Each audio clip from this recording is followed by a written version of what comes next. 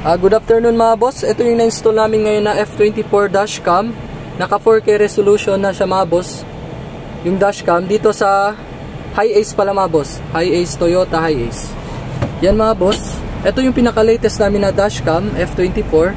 Upgraded na yung mga features niya. Then tignan natin mga boss yung camera niya. Ito si rear cam mga boss. Yan yung rear cam. Front cam pala, front. Then yan yung rear cam niya mga boss. Swipe kayo papuntang left, magche-change yan mga boss. Yan, yung dual mode niya. Yan mga boss. Then nakaset na pala lahat mga boss yung sa settings niya. Every 3 minutes mga boss, yung pinakamahaba niyang video is 3 minutes. Every 3 minutes magka-cut yung video niya. And auto-delete din siya mga boss.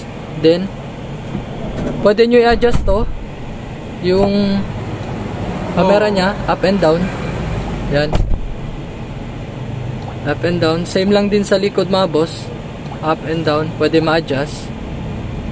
Ito yung maganda sa kanya mga boss kasi latest siya. Ayun lang mga boss, visit our shop sa Andres Auto Accessories, Governor Ramos Street, Santa Maria, Fronting Circle, sa Tiaos. Yun lang mga boss, thank you.